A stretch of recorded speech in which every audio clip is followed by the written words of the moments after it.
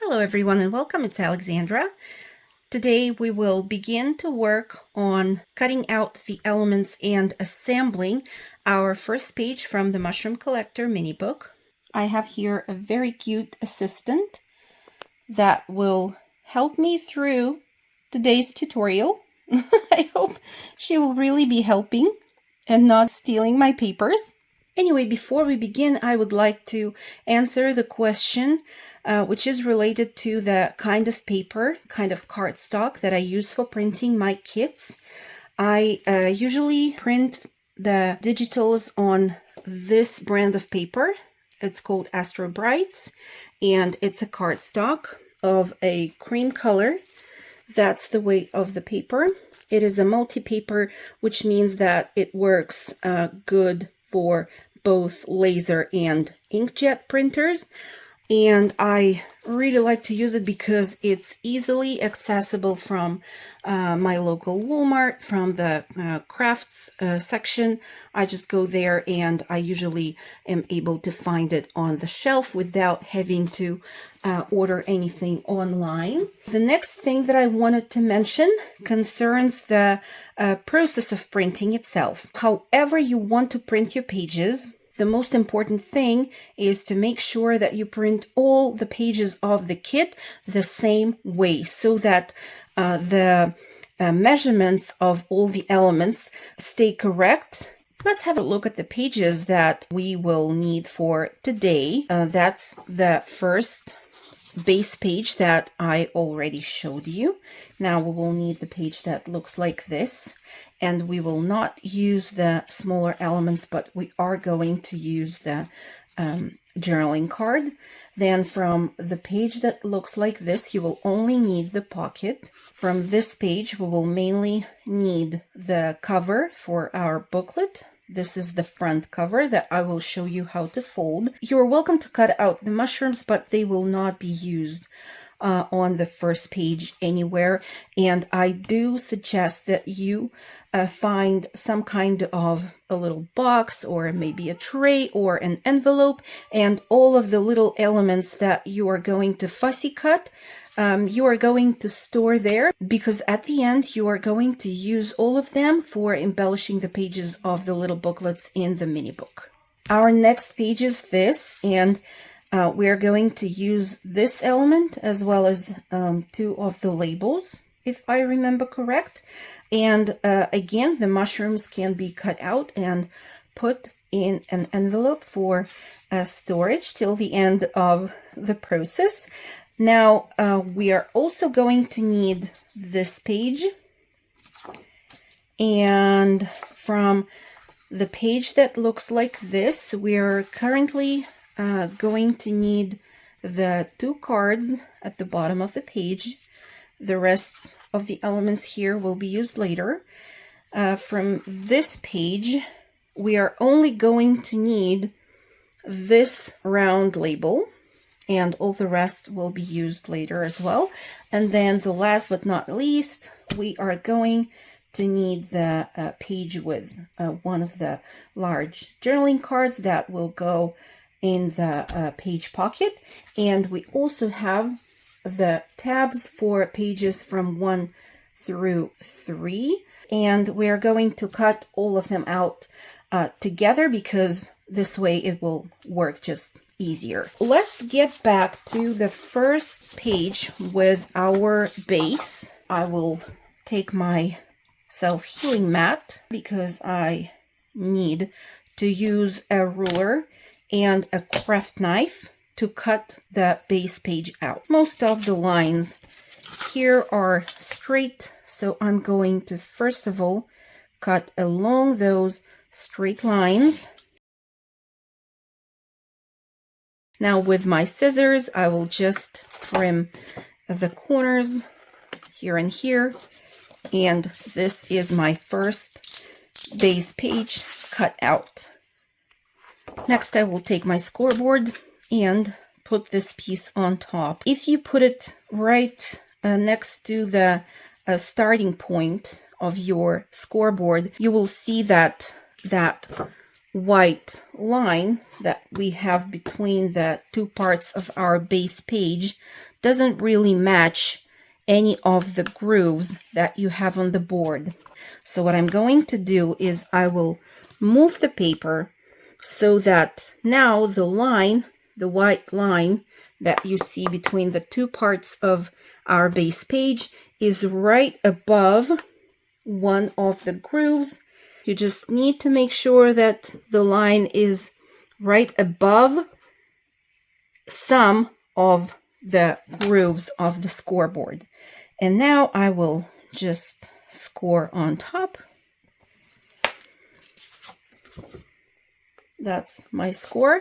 And now I will have to do the same for the second line, which is right next to the flap that will have to be folded in.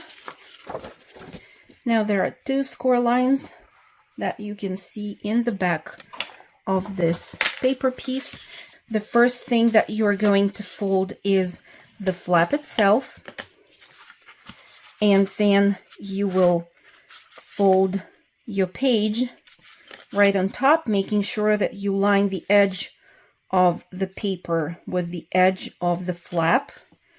And then while holding your paper with both of your fingers in the corners, I think I will even need to use more than 2 fingers here.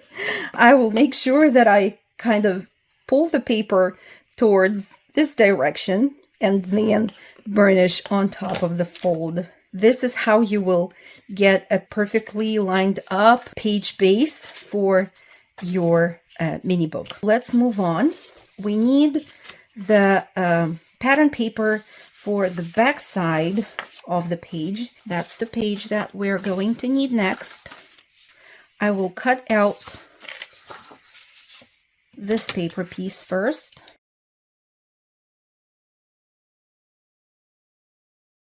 This page will be placed on top of the base page. And now it's a very good time to let you know that the size of my printed page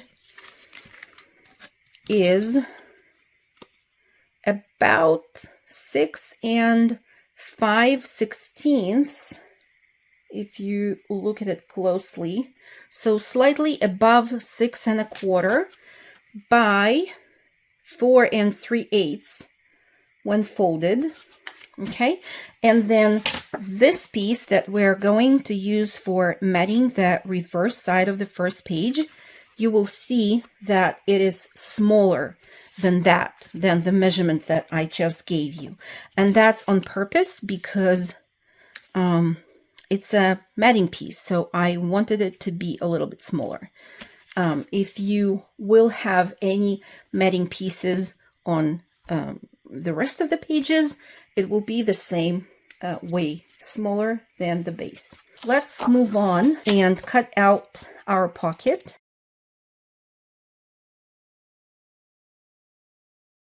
I have cut along all the straight lines first. Now I will use my scissors for trimming the corners on the side flaps, and I will also use my scissors for cutting out the notch. That's the pocket that will go right here on top of this side of the page. Now let's score the flaps.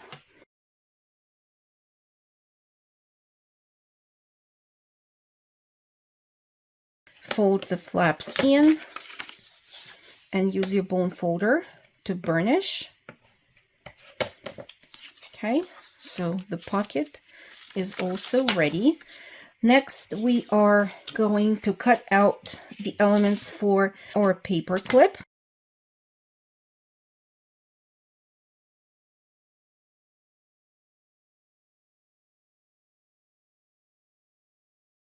Both of these pieces will also have to be folded.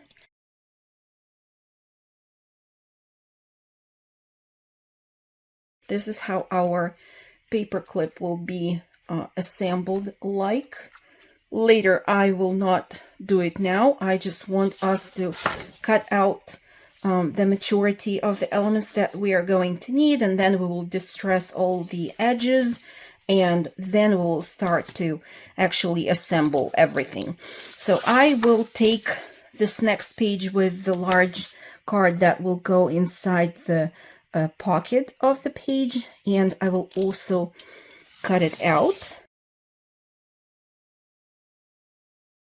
I will fold it. You can see that here I also do not use my scoreboard. I just fold the two parts of the paper. Make sure that I line up the edges and hold them with my fingers, and then use my bone folder to burnish the paper close to the fold and straighten everything so that it lays flat. Okay, the card will also go aside for now, and we will get back to the page tabs. I'm going to cut along the edges of them. We need to score a line between the parts of the tab. Here it's a little bit tricky because you don't see where exactly the paper has to be on top of the scoreboard. So what you can do is you can just kind of continue the imaginary line between the parts of the tab and make a mark there with your pencil.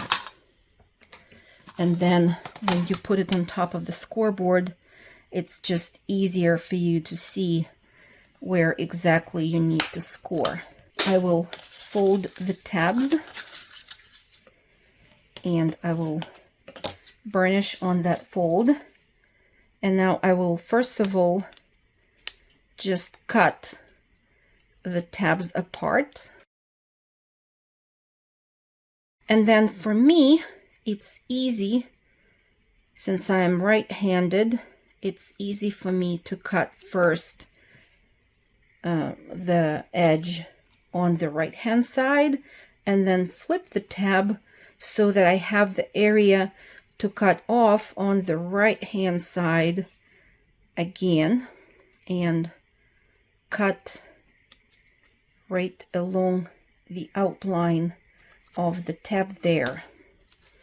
And this is how you get your great looking tab. I will do the same for the remaining two. Next, from this page, I will cut out only the little cards at the bottom of the page. Fold them. Next, from here, I will need the label, and I think I will just cut it out like that, leaving that strange piece of paper in the corner so that I can hold on to it and use my punch to punch it out. I'm going to use my 3/4 inch circle punch. Next, we will cut out one of the covers of our future booklet. Even though you have a line that you can go ahead and score, I would like to just fold the paper piece like so, and then to burnish with my bone folder. That's the back cover of our booklet. I will put it aside for now, and in the same way I will cut out and fold the front cover of the booklet. We'll also need to cut out 2 of these labels. From this page, I'm going to cut out the journaling card here. You will have to fold the card. We'll put it aside, and then the last element that we are going to cut out is on this page.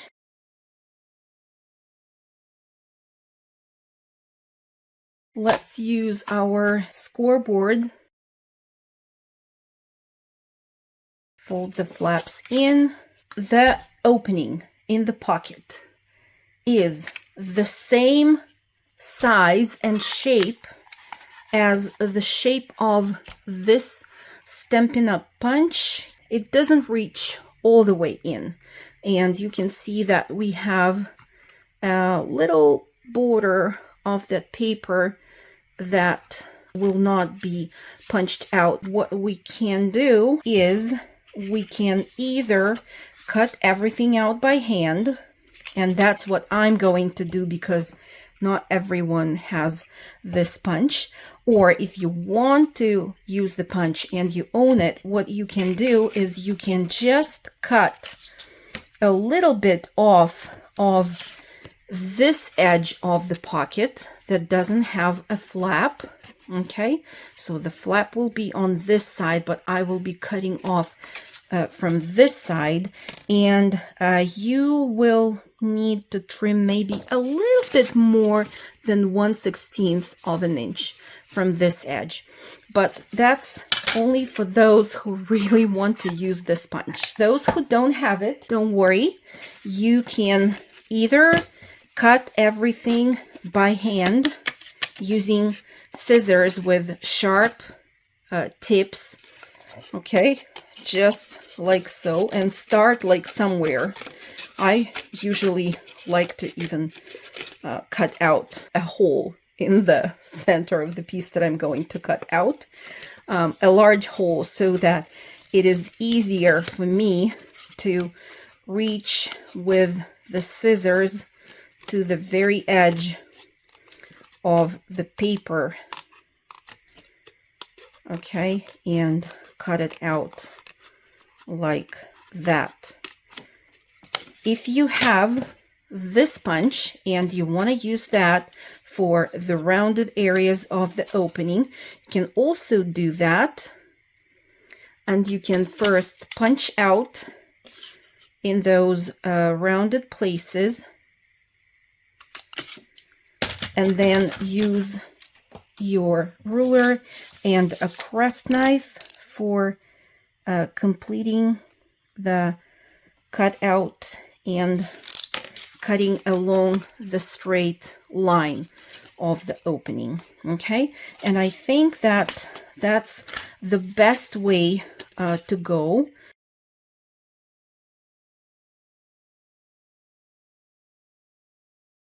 At the end of the process, this is what you're going to have. Now that all of my elements for the page number 1 are cut out and folded, I'm going to take some time and distress all of them around the edges.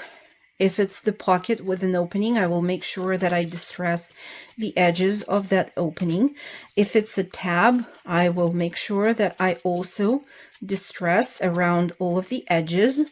Then I will distress around the edges of the paperclip cover. But here we do need to round the corners, and for that I am going to use, let me try if I can, yeah, I can punch through 2 layers of cardstock using this tool.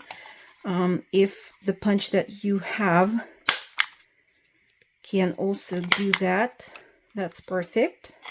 Okay, so I am using the small radius of the corner punch. Now when the corners have been rounded, I can go ahead and distress the edges. So everything needs to be distressed. I will do that now and get back to you. The edges of everything are now inked. I inked the edges of all the mushroom images as well.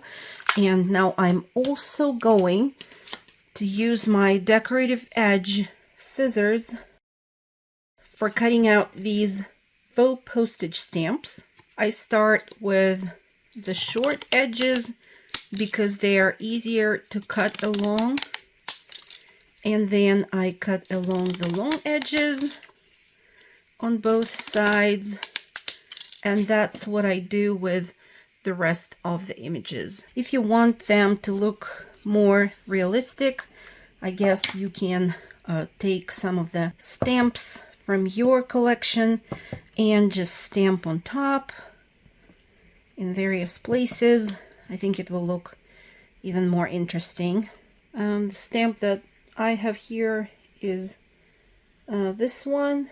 It's called Postmark. I got it from Hobby Lobby. I think they still have it. We'll put these stamps into the pocket on the second page of our book, but for now I will just keep them right here. We can already glue together the cards, the small ones, and we can also take the large card that will go into the pocket of the whole page. We can also glue together this journaling card and the covers of our booklet.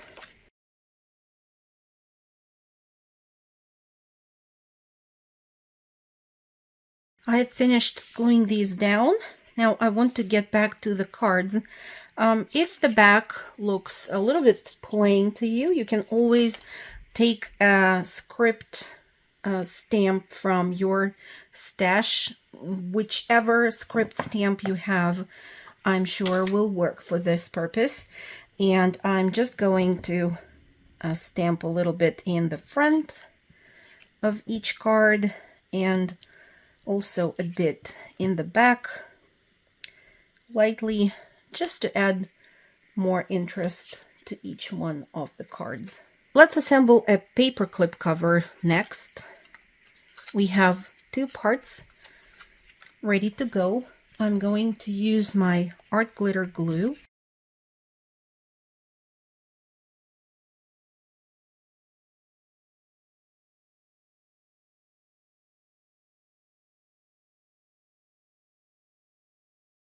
I'm going to use a standard small office paper clip. Now I will take a longer piece and slide the paper clip behind this pocket section like that. And then I will take the second piece and I will now slide it through the same pocket section on the shorter piece there. Now they're connected together, two of these pieces, by the paper clip, and this is how it looks from the top. Now what's left is only to add a bit of glue and make sure to glue both parts of the paper together, and then I will just poke a hole here and place a small eyelet.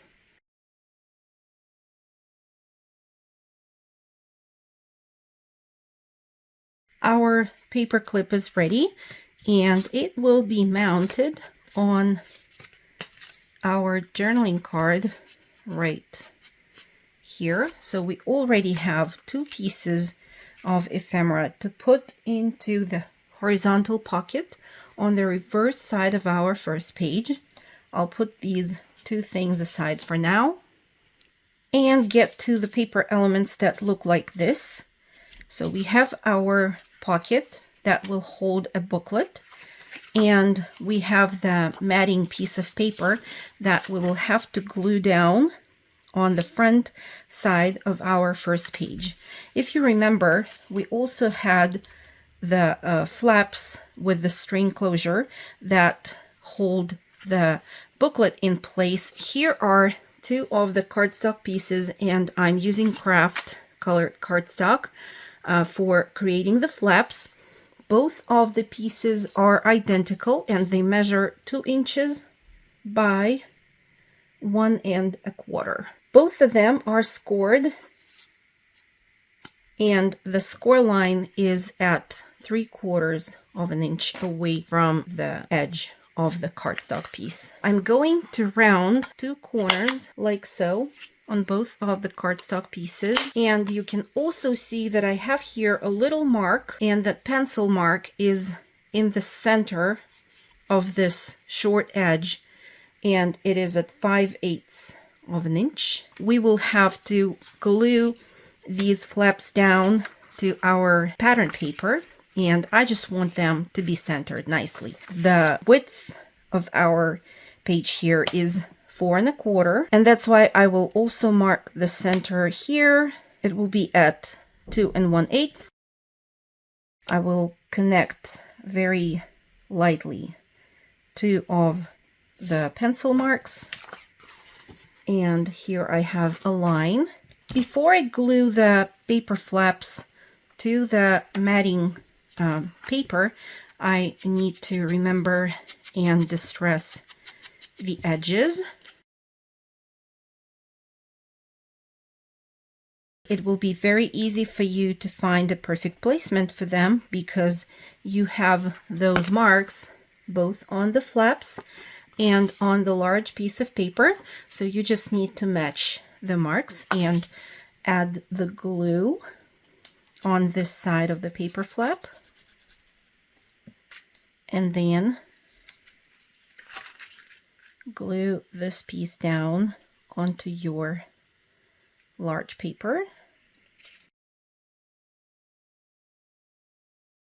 Both of our flaps are attached to the matting piece of paper that is going to be glued down on top of our base page.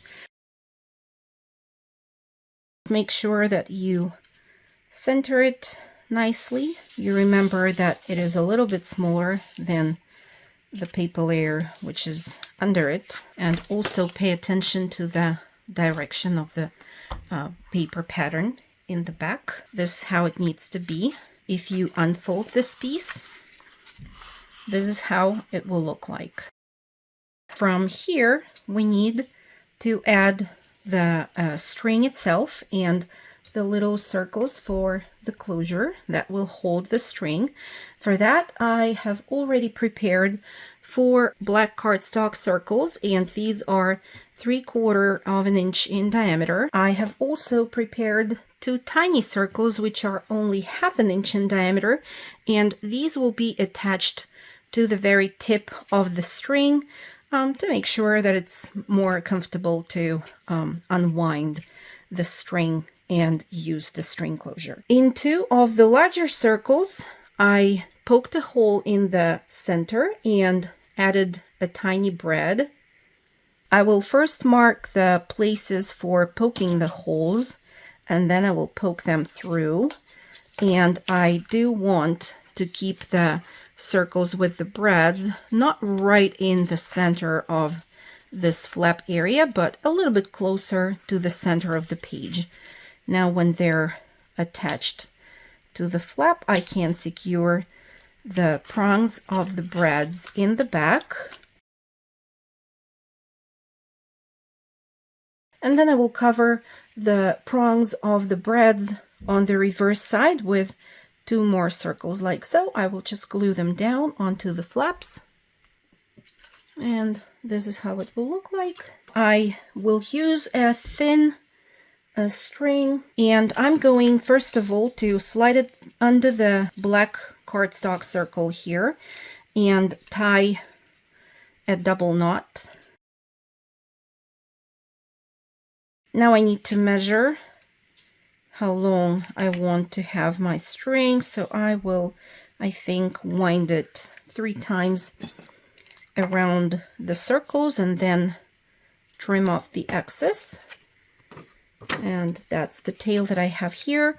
So for covering the tail, I will use 2 of the tiny circles that I have prepared before.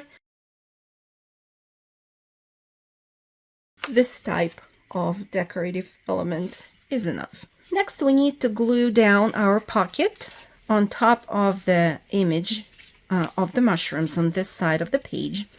And before we glue the pocket down, I also want to add a piece of acetate to the inside of the pocket. I will cut the acetate down to the size. Let me put down the size right here. Next, I will just take my art glitter glue and I will first apply it very thinly close to the opening. and then around the 4 edges of the acetate piece.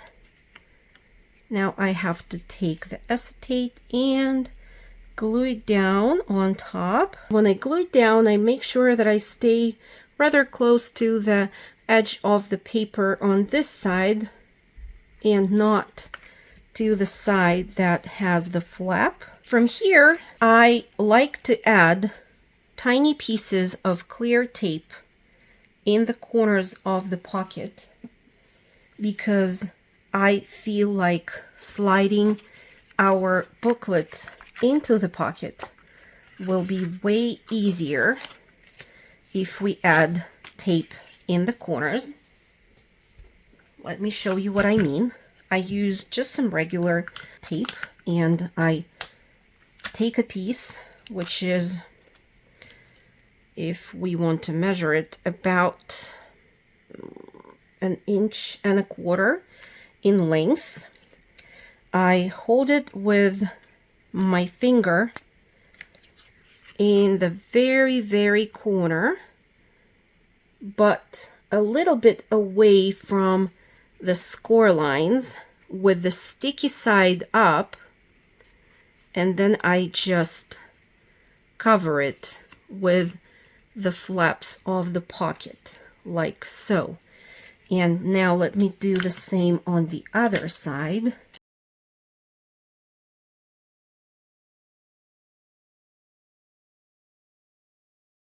We have 2 sections of the tape exposed right here. Try not to touch it too much because they are sticky. I will take my art glitter glue and add the glue to the paper flaps.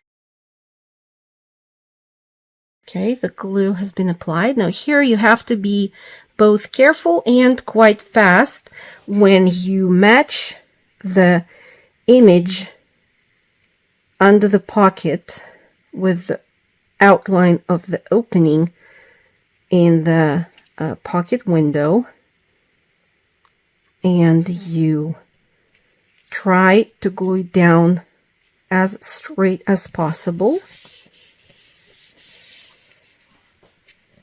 like so. Don't forget to use your bone folder and burnish nicely if you try to put something inside that pocket. It doesn't catch on the paper flap that we have right here, and you will feel that it slides in really nicely and easily. Our page is ready now, and the only thing that is left to do is to add the glue to the long flap and seal the page closed. We still need to add a tab to our large card, and I think we can do it now. I will take the card and I will take the tab that says page 1. And here I also need to center the tab on top of the page. It will be quite easy to do if you use markings on your self-healing mats. So if I will take 3.5 here as my center point, I just need to make sure that I have about the same distance from that starting point to each one of the corners. And then we'll just add a little mark in here. If I want to double check myself, I can do that. And yeah, that mark is at 2 inches and 1/16 away from either corner of the card. Now I would like to measure the tab, and in my case it is 2 inches, about 2 inches wide, and I will also make a mark on one side right here. Next I will match both of the marks together and make a mark right there, and that will just let me know where exactly my tab needs to be glued down, I will start gluing it down from there. So I will apply the glue only to this area of the tab, and then I will glue it down like so. Open the tab and add the glue to the second half of it and glue it down on this side. For the remaining 4 cards, I will not have to do the measurements anymore because I will use this card as my template, and I will show you later how to use it as a template. We can put it inside our page for now, and we can now move on to the pocket that we need to attach. I will have to add the tape in the corners of the pocket here, the same way as we did with the pocket on this side. Since this pocket is very long, I think I will take another piece of tape and add it here in the center, just like so. Next, I will add the glue to the flaps and glue the pocket down onto the page. When you glue it down, make sure that you center it. When I'm saying center, I mean that you will have a bit of space from the edges of the pocket to the edges of the base page. This is how it will look like. Our card will go inside the pocket like so.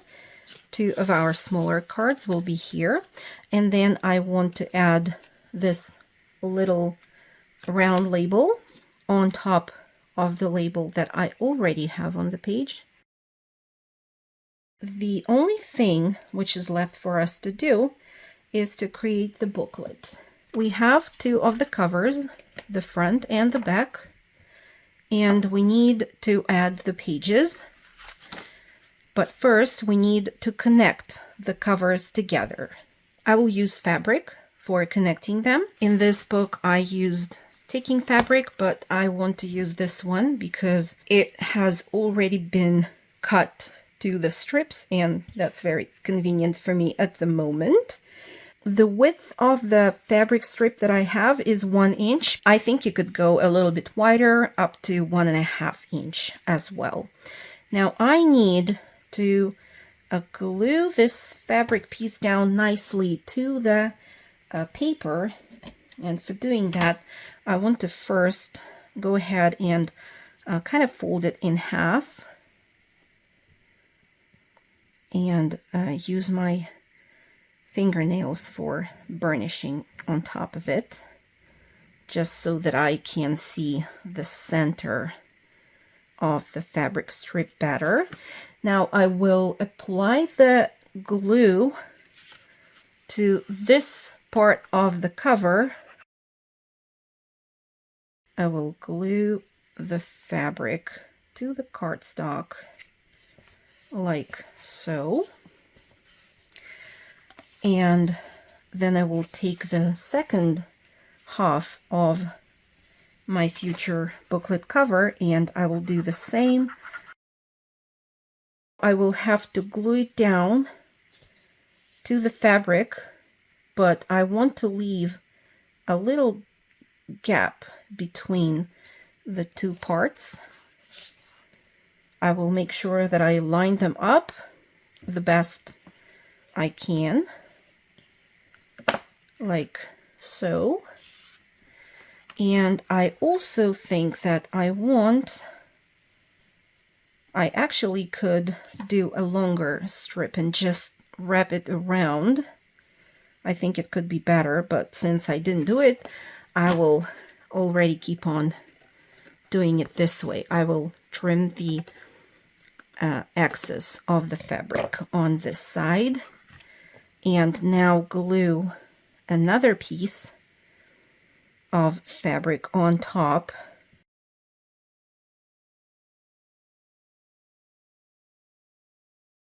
We need to measure the length of our cover, and in my case it will be 10 3/4 by let's say 3 5/8. Here I have 4 pieces of printing paper of that size, 10 3/4 by 3 5/8. If you put one of the sheets on top of the cover, you can see that they are the same size. So I will fold each one of them in half and then stack them together.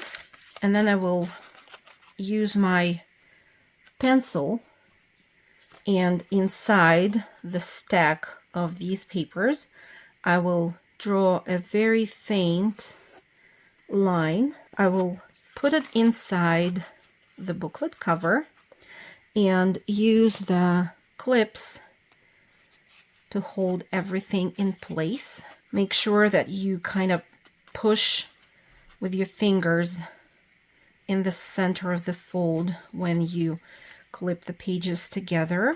Now I'm going to take it to my sewing machine and stitch everything together along the center.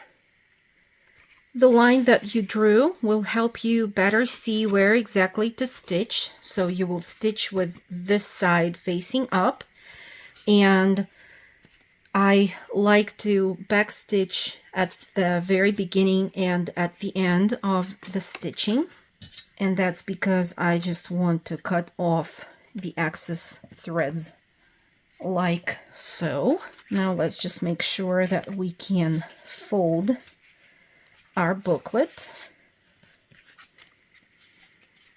Okay. You can see that some of the pages are showing on this side. If that doesn't bother you, you can leave it like that. If it does bother you, you can just trim a bit of those pages off using a ruler and your craft knife. Do not try to cut everything at once.